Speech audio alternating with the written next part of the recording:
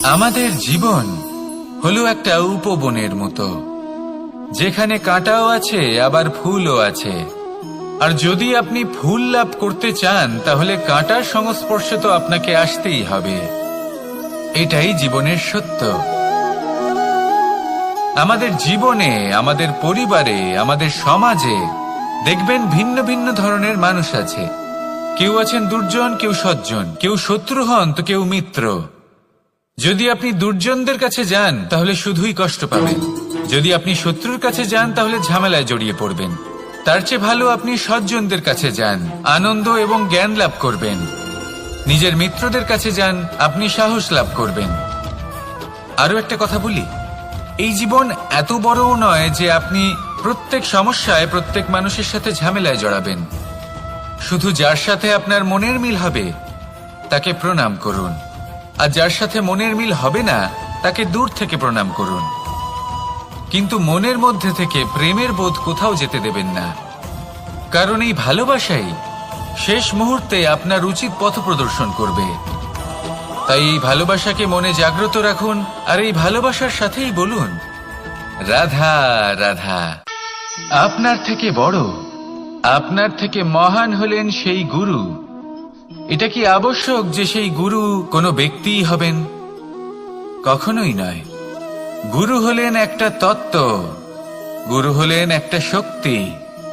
গুরু একজন ব্যক্তি হলে শুধুই একজনই হতেন, কিন্তু তা নয়। গুরু হলেন একটা অনুভূতি, গুরু হলেন শ্রদ্ধা। গুরু তিনি যিনি আপনার ব্যক্তিত্বের পরিচালক হন। গুরু তিনি যিনি আপনার ব্যক্তিত্বের নির্মাতা হন। আপনি কখন, কোথায়, কোন স্থানে, কি রূপে গুরু লাভ করবেন আর কি শিক্ষা লাভ করবেন তা নির্ভর করছে আপনার মানসিকতার উপর, যে আপনি সকলকে কিভাবে আপন করে নিতে পারেন। যদি আপনি গুরুকে আপন করতে চান, জ্ঞানকে আপন করতে চান, তাহলে আপনার মধ্যে শ্রদ্ধা জাগ্রত করতে হবে, সামর্থ্য জাগ্রত করতে হবে। আপনি গুরু এবং জ্ঞানকে আপন করে নিতে পারলে তা এমনিই আপনাকে মহান করে তুলবে। তাহলে আসুন আর আমার সাথে ভালোবেসে বলুন, রাধা রাধা। কখনো কখনো এমন হয় আমরা আমাদের বাড়ির উঠোনে বীজ বপন করি, আর তা বিকশিত হয় একটা সুন্দর বৃক্ষে। তার শাখাগুলি প্রতিবেশীর বাড়ি পর্যন্ত পৌঁছয়।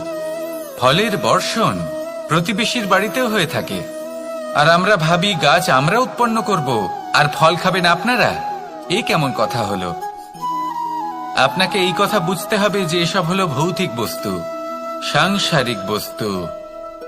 কখনো নিজের বাড়ির বাগানে ভালোবাসার গাছ বপন করে দেখুন। তার শাখাও প্রতিবেশীর বাড়ি পর্যন্ত পৌঁছবে, ফলের বর্ষণ সেখানেও হবে, কিন্তু সেই ফল চাইতে আপনাকে যেতে হবে না। সেই ফল দ্বিগুণ মাত্রায় আবার আপনার কাছেই ফিরে আসবে। তাই নিজের বাড়িতে আর নিজের মনে ভালোবাসার গাছ উৎপন্ন করুন। এই জীবন প্রসন্ন হয়ে বলবে, রাধা রাধা। সময় এবং ধন, একটা যা প্রকৃতি আমাদের দান করেন আর একটা যা আমরা নিজেরা অর্জন করি। কিন্তু যখন হারিয়ে ফেলার প্রসঙ্গ আসে তখন আমরা এই দুই একসাথে হারিয়ে ফেলি। এই সময় যদি আপনি গুনতে থাকেন তাহলে তা এমনিও নষ্ট হয়ে যাবে, কারণ সময় গণনা করতে আপনি যে সময় ব্যতীত করেন তা তো এমনিই নষ্ট হয়ে যায়। এই সময়কে যদি আপনি একত্রিত করার চেষ্টা করেন তাহলে তা সম্ভব হবে না। সময়ের বিষয়ে শুধু একটাই কথা বলবো, আপনি যদি একে ব্যবহার করেন তাহলেই জীবনে বৃদ্ধি হবে। ধনের সাথেও এটাই হয়। কথায় আছে যে এই ধনের দ্বারাই ধন অর্জন করা সম্ভব। যদি আপনি এই ধনের যত্ন নেন এবং একে সামলে রাখেন তাহলে ধন আপনাকে সামলে রাখবে। এবার সময় আমরা প্রচুর পরিমাণে পাই, কিন্তু তার অর্থ এটা নয় যে আমরা তা নষ্ট করি। বাস্তব অর্থে সময় তা অত্যন্ত মূল্যবান। এর সদ্ব্যবহার করা যদি আপনি শিখে যান তবে এই সময়ও আপনাকে অবশ্যই অতি মূল্যবান করে তুলবে। আসুন আর আমার সাথে ভালোবেসে বলুন, রাধা রাধা। কখনো আপনি কোনো গোয়াল দেখেছেন? অধিক মাত্রায় গোবর পড়ে থাকে আর ওখানে এক ধরনের পোকা দেখতে পাওয়া যায়। যাকে গুবরে পোকা বলা হয়। এরা কি করে? সারাদিন সেই গোবরেই বাস করে। সেই গোবরকে গোল আকৃতি প্রদান করে নিজের বাসার দিকে নিয়ে যাওয়ার চেষ্টা করে। অনেক পরিশ্রম করার পরে সেই গোবরের টুকরোগুলো নিজের বাসার দিকে নিয়ে যায় আর বুঝতে পারে ওর বাসা তো খুবই ছোট, আর এই গোবরের টুকরো তো অত্যন্ত বড়। এ তো বাসাতে প্রবেশ করতেই পারবে না। তাও চেষ্টা করতে থাকে, শেষ পর্যন্ত অসফল হয় আর সেই পোকা একাই বাসাতে ঢুকে যায়। এরকম মানুষের সাথেও হয়ে থাকে। সমস্ত জীবন মানুষ ধন, স্বর্ণ, সুখ স্বাচ্ছন্দ্য এই সব কিছু অর্জন করতে ব্যস্ত থাকে। আর যখন সময় আসে এই সংসারকে ত্যাগ করে চলে যাওয়ার, তখন সে বুঝতে পারে যে এই সবকিছু তো আমি নিজের সাথে নিয়ে যেতেই পারবো না। মনে দুঃখ নিয়ে সংসার থেকে বিদায় নেয় সে। তার বদলে যদি মানুষ কোনো নির্ধন ব্যক্তিকে সাহায্য করে দেয়, কোনো দুঃখী ব্যক্তিকে হাসাতে চেষ্টা করে, তাহলে মনে সন্তোষ নিয়ে সংসার ত্যাগ করতে পারে। এই জীবনে ধন, স্বর্ণ, সুখ স্বাচ্ছন্দ্য অতি আবশ্যক, কিন্তু এগুলোই বাস্তব সম্পত্তি নয়। তাহলে কি এই বাস্তব সম্পত্তি, সেটা বুঝতে শিখুন আর আমার সাথে ভালোবেসে বলুন রাধা রাধা। কথায় আছে যে এমন কোনো অক্ষর নেই যার দ্বারা কোনো মন্ত্র হয় না। এমন কোনো বনস্পতি নেই যা নিজেই একটা ঔষধি নয়। পৃথিবীর এমন কোনো ব্যক্তি নেই যার মধ্যে কোনো যোগ্যতা থাকে না। শুধু প্রয়োজন হলো যে ব্যক্তিকে আমরা খুঁজে চলেছি তাকে সঠিকভাবে চিনে নেওয়া। যদি তার যোগ্যতা, তার বিশেষত্ব আমরা বুঝতেই না পারি, তাহলে আর লাভ কি রইল? এই সংসারে এমন অনেক ব্যক্তি রয়েছেন যারা ছোট ছোট অসফলতার কারণে আপনাকে এটা বলে দেবে যে আপনি কোনো কাজের নন, আপনি হলেন মূর্খ, আপনি কিছুই করতে পারবেন না। এইসব কথায় কখনোই বিশ্বাস করবেন না, কারণ আপনি এবং প্রত্যেকটি জীব এই পরমাত্মা এবং এই প্রকৃতির সৃষ্টি, যা অত্যন্ত বিশেষ। যদি আপনাকে উদাহরণ দিই, তাহলে একদিকে আছে তরোয়াল, একটা বড় লম্বা তরোয়াল, যার দ্বারা যুদ্ধ করা যায়, জয়লাভ করা যায়। আর অন্যদিকে রয়েছে একটা ছোট্ট সূচ, কিন্তু যে কাজ একটা ছোট্ট সূচ করতে পারে তা একটা তরোয়াল দ্বারা সম্ভব নয়। এর অর্থ হলো এটাই যে প্রত্যেকটা রচনা অত্যন্ত অমূল্য এবং অত্যন্ত বিশেষ হয়। তাহলে বিশ্বাস রাখুন যে আপনি অত্যন্ত বিশেষ একজন, আর প্রেমের সাথে বলুন রাধা রাধা। বাল্যকালে যখন আমি মাখন খেতাম, তখন যশোদা মায়ের আমার মাখন খাওয়া নিয়ে কোনো সমস্যা ছিল না। কিন্তু যখন আমি মাখন খেতাম, মাখন চুরি করতাম, তখন যেই প্রকারে বাড়ির পরিচ্ছন্নতা আমি নষ্ট করতাম, তা নিয়ে অবশ্যই যশোদা মায়ের আপত্তি ছিল। আর হবে নাই বা কেন? কথায় আছে যে যদি আমাদের ঘর পরিচ্ছন্ন থাকে, সেখানে লক্ষ্মী বসবাস করে থাকেন, তবেই সেই বাড়িতে সন্তোষ ভাব থাকবে। সেই জন্যই আমাদের যশোদা মা পরিশ্রম করে বাড়ির ভেতর এবং বাড়ির বাহির সবসময় পরিচ্ছন্ন করে রাখতেন। এবার যেইভাবে আমাদের বাড়ি, যেখানে আমাদের পরিবার বসবাস করতেন, সেইভাবেই আমাদের শরীর আর আমাদের আত্মা রয়েছে, যাতে আমরা বসবাস করি। একেও স্বচ্ছ রাখা প্রয়োজনীয়। এবার স্বচ্ছ কিভাবে রাখা যায়? শুধু বাহ্যিক পরিচ্ছন্নতা আর প্রসাধন দ্বারা তা সম্ভব হবে না। জীবনে কিছু কটু অভিজ্ঞতা আমাদের সকলের থাকে। সেই কটু অভিজ্ঞতাগুলির কারণে আমাদের মন, আমাদের আত্মা মলিন হয়ে যায়। এই মালিন্য থেকে আমাদের আত্মাকে মুক্ত করা অত্যন্ত প্রয়োজনীয়। এই স্বচ্ছতা অত্যন্ত প্রয়োজনীয়। আর আমাদের এই মন মালিন্য থেকে মুক্ত হতে পারে শুধুমাত্র প্রেম এবং করুণার দ্বারা। তাই সকলকে ভালোবাসতে থাকুন আর মনের মধ্যে করুণার বোধ জাগ্রত করুন। কারণ যেইভাবে বাড়ি পরিষ্কার থাকলে তাতে লক্ষ্মী বসবাস করেন, সন্তোষবোধ বজায় থাকে, সেইভাবেই যদি মন স্বচ্ছ থাকে, তাহলে তাতে সন্তোষও থাকবে, শান্তিও থাকবে। তাহলে ভালোবাসতে থাকুন, মনের মধ্যে করুণাবোধ জাগ্রত করুন, আর আমার সাথে ভালোবেসে বলুন রাধা রাধা। আপনি কখনো রেশমের কীট দেখেছেন? নিজের সুরক্ষার জন্য সে নিজের লালা থেকে একটি সুতো উৎপন্ন করে আর সেই সুতো দ্বারা নিজেকে পেঁচিয়ে নেয় প্রকৃতি এবং অন্য জীবজন্তুর হাত থেকে সুরক্ষার জন্য। কিন্তু যখন সেই সুতো শুকিয়ে যায় তখন কি হয়? তা একটা খোলসে পরিণত হয়, এত সবল হয়ে যায় যে সেই রেশমের কীট তা ভেঙে বাইরে বেরিয়েই আসতে পারে না। শেষ পর্যন্ত এই কারণেই সে মৃত্যু লাভ করে। এবার যদি একটা প্রজাপতির কথা বলি, তাহলে প্রজাপতি কি করে? যখন সে উড়তে চায় সে নিজেই নিজের খোলস ভেঙে ফেলে, সে তার পাখনা মেলে আর তারপর সে আকাশে উড়ে বেড়ায়। এটাই হলো শিক্ষা আমাদের জন্য। যদি আমরা আকাশে উড়ে বেড়াতে চাই তাহলে আমাদেরকেও অন্তর থেকে সেই খোলস ভাঙতে হবে, অর্থাৎ নিজেদেরকে বন্ধন থেকে মুক্ত করে দিতে হবে। সুরক্ষার জন্য কোনো বাঁধনে জড়িয়ে পড়া এ হলো সবথেকে বেশি অসুরক্ষিত কার্য। জীবনে সুরক্ষার ভয় থাকাটা উচিত, কিন্তু তা যদি অত্যাধিক হয়ে যায় তাহলে তা আপনাকে এতটাই দুর্বল করে দেবে যে আপনি নিজেরই সুরক্ষার চক্র ভেঙে বেরোতেই পারবেন না।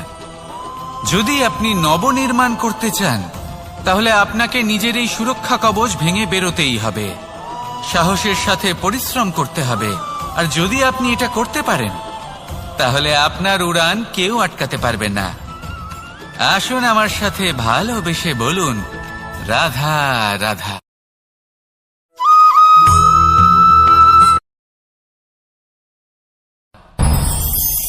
আমি মনুষ্যরূপে জন্ম নিয়েছি এবং সমস্ত কর্ম এই রূপেই করেছি, কিন্তু আশ্চর্যের বিষয় হলো যে আজও মানুষ আসেন এবং হাত জোড় করে প্রার্থনা করেন যেন আমি ওনাদের সহায়তা করি।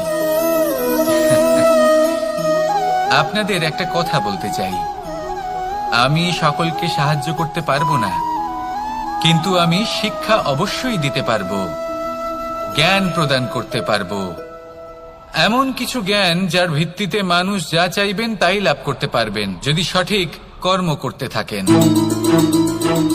যখন কংসের অসুররা গোকুলে ধ্বংসলীলা চালাচ্ছে আপনি অবশ্যই লাভ করবেন, আর এই মন সুপ্রসন্ন হয়ে বলবে, রাধা রাধা।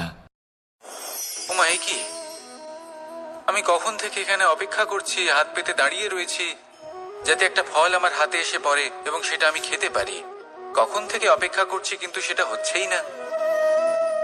এবার আপনি বলবেন যে এসব কি বলছি, এ কি অদ্ভুত কথা বলছি। যদি ফল খেতে হয় তাহলে আমাকে বৃক্ষে চড়তে হবে, ফলের কাছে পৌঁছতে হবে, তবেই তো ফল পাবো। এবারে এটা অত্যন্ত সহজ ব্যাপার, কিন্তু এই বিষয়টা আপনি নিজের জীবনের প্রসঙ্গে ভেবে দেখুন। লক্ষ্য কোথায় আছে আপনি জানেন, সেই লক্ষ্যে পৌঁছানোর পথ কি সেটাও আপনি জানেন, সেই পথে চলার ক্ষমতাও আপনার রয়েছে, কিন্তু তাও আপনি নিজের লক্ষ্য লাভ করতে পারছেন না। কেন? কারণ আপনি অপেক্ষা করছেন যে লক্ষ্য আপনার সামনে চলে আসবে, কিন্তু তা হয় না। লক্ষ্য সে যাই হোক না কেন, ধন হোক, প্রেম হোক, কোনো সম্মান হোক বা মোক্ষ হোক, যদি আপনি তার দিকে অগ্রসর না হন তাহলে ফল প্রাপ্তি অসম্ভব ব্যাপার, তা কোনোদিনই হবে না। সেই জন্য আপনার চোখের সামনে আপনি যদি নিজের লক্ষ্যকে দেখতে পান তাহলে উঠুন এবং সেই দিকে অগ্রসর হতে শুরু করুন। নিজের অন্তরের সকল অশুভ গুণ দূর করুন, অলসতা ত্যাগ করুন, অজ্ঞানতা ত্যাগ করে দিন এবং চলতে থাকুন। অবশ্যই মনোবাঞ্ছিত ফল লাভ করতে পারবেন। মনে রাখবেন, চলতে থাকলে তবেই লক্ষ্য প্রাপ্তি হবে। অপেক্ষার দ্বারা শুধুমাত্র মৃত্যু লাভ হবে। আসুন আমার সাথে ভালোবেসে বলুন, রাধা রাধা। এই পুস্তক বড়ই কাজের জিনিস। কাহিনী হোক, কবিতা হোক, স্মৃতি হোক, এতে যাই লিখে দেবেন তা ভবিষ্যতের পুঁজি হয়ে যাবে। কিন্তু যদি কখনো এমন হয় যে এই পুস্তক ময়লা হয়ে যায়, বা যদি কোনো পাতায় আপনি ভুল করে কালি ফেলে দেন, বা কোনো বাক্য লিখতে গিয়ে আপনি ভুল করে ফেলেন, তাহলে আপনি কি করেন? সেই পুস্তক কি আপনি তুলে ফেলে দেন? না, তাই তো। শুধু একটা পাতা ছিঁড়ে ফেলেন যাতে সেই পুস্তক সঠিক থাকে, সুন্দর হয়ে ওঠে। এই পুস্তকের মতোই হয় আমাদের সম্পর্ক। তার সেই এক পাতা একটা ভুল। তাই যে কোনো সম্পর্কে যদি কারোর কোনো ভুল হয়ে গিয়ে থাকে, তাহলে সেই ভুলকে সম্পর্ক থেকে দূরে করা সঠিক হবে। সেই ভুলকে ভুলে যাওয়াই সঠিক হবে।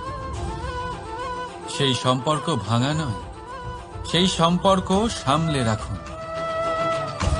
কারণ ভুল তো সবার দ্বারা হয়। যদি এরকম করেন, তবেই জীবনরূপী পুস্তক আরো সুন্দর হয়ে উঠবে। একে অপরকে ক্ষমা করতে শিখুন। একে অপরের ভুলকে ভুলে যেতে শিখুন। তারপর দেখবেন এই জীবনে আরো আনন্দ আসবে, আর এই সম্পর্ক নিঃশ্বাস নিতে থাকবে। রাধা রাধা।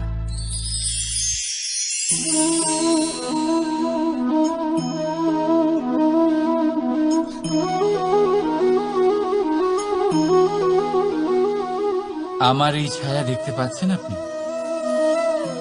প্রকাশের স্রোত যখন মধুর আর দূরে থাকে, তখন এই ছায়া লম্বা হয়ে যায়।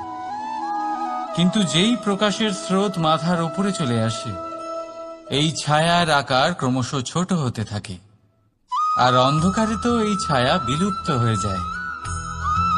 কিছুটা এরকমই হয় আমাদের অহংকার। সুখের আগমন হলে, বৈভবের উপলব্ধিতে এটা বাড়তে থাকে। কিন্তু যেই সংকটের তাপ বেড়ে ওঠে, অহংকার ছোট হতে থাকে। আর যখন সংকটের এই অন্ধকার আমাদের চারিদিক থেকে ঘিরে ধরে, তখন এই অহংকার আমাদের ছায়ার মতোই বিলুপ্ত হয়ে যায়। তাই সেই কারণে আপনার জীবনে সংকটের আগমন আপনার অহংকার নষ্ট করেই দেবে, কিন্তু তার জন্য সংকটের অপেক্ষা কেন করবেন? এই অহংকারকে বাড়তেই দেবেন না, উৎপন্ন হতেই দেবেন না। বিবেকের সুতো দিয়ে বেঁধে রাখবেন একে, আর কেউ নয়। এই আত্মসম্মান নয়, এ হলো অহংকার। আর অহংকার আর কিছুই নয়, শুধু পতনের দিকে প্রথম পদক্ষেপ। আর এই জীবনে পতনের দিকে নয়, প্রেমের দিকে এগিয়ে যান। আর আমার সাথে ভালোবেসে বলুন, রাধা রাধা। আপনি কি কখনো ফলে ফুলে পরিপূর্ণ বৃক্ষ দেখেছেন? তার ডালগুলো কিরকম স্বাধীনভাবে বেড়ে ওঠে। কিন্তু যদি এই ডালগুলো মূলের সাথে ঠিকভাবে যুক্ত না থাকে, সেই বৃক্ষের মূলগুলি গভীর না হয়, তাহলে কি হবে? তাহলে কি সে সেই সব সুবিধা পাবে? কখনোই নয়। সেই বৃক্ষের ডাল পড়ে যাবে, সেই বৃক্ষ ভূমিষ্ঠ হয়ে যাবে। ঠিক সেইভাবেই চিন্তাভাবনার স্বাধীনতার আনন্দ আপনি তখনই আস্বাদন করবেন, যখন আপনার শিক্ষা গভীর হবে। তাই স্বাধীন থাকুন দৃষ্টিভঙ্গিতে, কিন্তু যুক্ত থাকুন শিক্ষার সাথে। রাধা রাধা। সমাজ। আমরা এই সমাজে বাস করি, আর বহুবার একটা গুরুত্বপূর্ণ কথা ভুলে যাই। এই সমাজ আমরা সকলে মিলে তৈরি করি। সমস্ত সময় কাটিয়ে দিই এইটা ভাবতে ভাবতে যে এই সমাজ কি ভাববে, আমার কি করা উচিত, আমার কি ভাবা উচিত, কি পড়া উচিত, কোনটা সঠিক কোনটা ভুল। যদি আমি এটা করি, তাহলে কয়েকজনের এটা মনে হবে না তো যে আমি খারাপ, যখন আমি তা নই। মনে ভয় উৎপন্ন হয় সেই কয়েকজন মানুষের জন্য। তার কারণ হলো আমরা আমাদের মনের কথা শুনতে পাই না। না শুনতে পারি, না বলতে পারি, আর না করতে পারি। সেই কয়েকজন মানুষের ভয়ে আমরা খারাপের বিরোধিতা করা ছেড়ে দিই। কিন্তু কখনো নিজেকে জিজ্ঞেস করুন, শেষ পর্যন্ত কারা এই কয়েকজন মানুষ? এই সংসারে প্রতিটি মানুষেরই নিজের আলাদা আলাদা ব্যক্তিত্ব আছে, আলাদা দৃষ্টিভঙ্গি আছে। তাই যদি আপনি এটা ভাবেন যে আপনি সবাইকে খুশি করতে পারবেন, তাহলে আপনি ভীষণ বড় ভুল করছেন। জীবনে কর্ম তাই করুন যাতে আপনার অন্তরাত্মা সন্তুষ্ট হয়, আর অন্তরাত্মা সন্তুষ্ট তখনই হবে যখন আপনার কর্ম শুভ হবে। তাই নিজের মনের কথা শুনে এই সংসারে শুভ কর্ম করতে থাকুন, তবেই এই সংসারের কর্মে আপনি সার্থক হবেন। রাধা রাধা। এই পাতাকে দেখুন, কত কোমল, কত শীর্ণ। যদি এর উপরে একটুও জোর খাটান, বেঁকে যাবে। পাতা তো এরকমই হয়, একটু জোর খাটালেই তা বেঁকে যায় এদের নমনীয়তার জন্য। কিন্তু ওদের এই নমনীয়তার জন্য ঝড়ে, বিপর্যয়ে ওরা ভেঙে পড়ার থেকে বেঁচে যায়। যদি এদের বদলে কোনো দৃঢ় বৃক্ষ হয়, তখন হাওয়ার তীব্র গতি সে সহ্য করতে পারে না, তার সম্মুখীন হতে পারে না, ভেঙে পড়ে যায় সে। ঠিক সেই রকমই হয় আমাদের সম্পর্ক। যদি এর মধ্যে সেই নমনীয়তা না থাকে, অহংকারের দৃঢ়তা থাকে, সেই সম্পর্ক নষ্ট হয়ে যায়। তাই আনুন এই নমনীয়তা আপনার সম্পর্কে, যাতে কাল যদি কোনো সমস্যা এসে দাঁড়ায়, এই সম্পর্ক যেন না ভেঙে যায়। একবার ওই আকাশের দিকে তাকান, সূর্য চন্দ্রকে দেখে নত হয়ে যায়, আর আমরা তো সাধারণ মানুষ। তাই সম্পর্ক নিচু করবেন না, সম্পর্কের সামনে নত হতে শিখুন। রাধা রাধা। প্রেম, আমরা সকলে প্রেম করি, প্রেম পাওয়ার চেষ্টা করতে থাকি। আর এমনও অনেক মানুষ আছেন যারা প্রেম অর্জন করেও ফেলেন, কিন্তু সেখান থেকে শুরু হয় এক নতুন অধ্যায়ের। আচমকা দুই প্রেমীর কিছু অনুচিত বলে মনে হতে থাকে। আচমকা দুজনে নিজেদের অস্তিত্ব নিয়ে বিচলিত হতে থাকেন। এবার এমন হলে কি করা যেতে পারে? দেখুন, এই হলো হলুদ,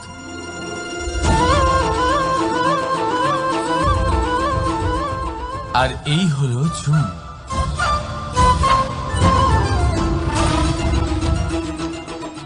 এবার এটাকে দেখুন, যখন চুন আর হলুদকে একসাথে মিলিয়ে দেওয়া হলো, তখন ওরা নিজেদের রং ত্যাগ করে দিয়ে একটা নতুন রং তৈরি করল। প্রেমের রঙও কিছুটা এইভাবে অর্জন করা হয়।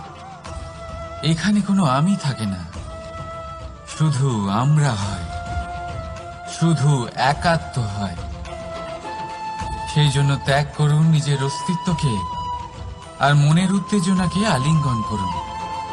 তারপর দেখুন আপনার এই প্রেম আপনাকে কোথায় কোথায় নিয়ে যায়। রাধা রাধা। এই সংসারে অসংখ্য মানুষ অর্থ আর সামর্থ্য দিয়ে মূল্যায়ন করেন যে কোনো মানুষের, নিজেদেরও আর অন্যদেরও। আর বহুবার অর্থ আর সামর্থ্য অর্জন করতে গিয়ে আমরা সময়, সম্পর্ক আর স্বাস্থ্য পিছনে ফেলে আসি। আমরা তার খেয়াল রাখি না। ভাবি যে একবার এই অর্থ আর সামর্থ্য অর্জন করে নেওয়ার পর তারপর সময়ও আমাদের কথা মতো চলবে, সম্পর্কগুলো আরো মধুর হয়ে যাবে, আর স্বাস্থ্যও আমাদের হাতের মুঠোয় থাকবে। কিন্তু এই অর্থের জন্য যখন আমরা এই তিনটেই হারিয়ে ফেলি, তখনই আমরা বুঝতে পারি যে আমরা কতটা অর্থহীন ছিলাম। আর তারপরে সংসারের সমস্ত অর্থ সংগ্রহ করে নেওয়ার পরেও আপনি আপনার ফেলে আসা সময় কখনোই ফেরত পাবেন না, না সেই সম্পর্ক আর না সেই স্বাস্থ্য। সেই জন্য এই তিনটির মূল্যই বুঝে নিতে শিখুন অনেক দেরি হয়ে যাওয়ার পূর্বে।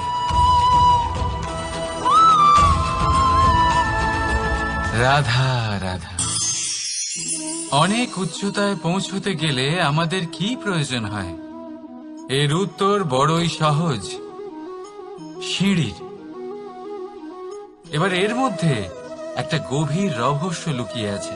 আমরা যখন দ্রুত সিঁড়ি দিয়ে উঠি, তখন কাউকে পেছনে ফেলে এলে তখন তাকে দেখে কি আমরা ছোট মনে করি? তাকে কি আমরা নিচু নজরে দেখি? যদি কাউকে ধাক্কা দিয়ে আমাদের এগোতে হয়, তাকে দেখে কি আমরা উপহাস করি? যদি আপনার উত্তর হ্যাঁ হয়, তাহলে এটা আপনার বড় ভুল। আপনার সিঁড়িতে যার সাথেই দেখা হোক, মধুর সম্পর্ক বজায় রাখুন, স্নেহময় ব্যবহার করবেন তার সাথে, বিনম্র থাকবেন। কারণ যে সিঁড়ি দিয়ে আপনি উঠছেন, মনে রাখবেন সেই সিঁড়ি দিয়ে আপনাকে নিচেও নামতে হবে। যদি এই সিঁড়ি না থাকে তাহলে নিজের বিজয় উৎসব অবশ্যই পালন করবেন, কিন্তু যারা পিছনে থেকে যায়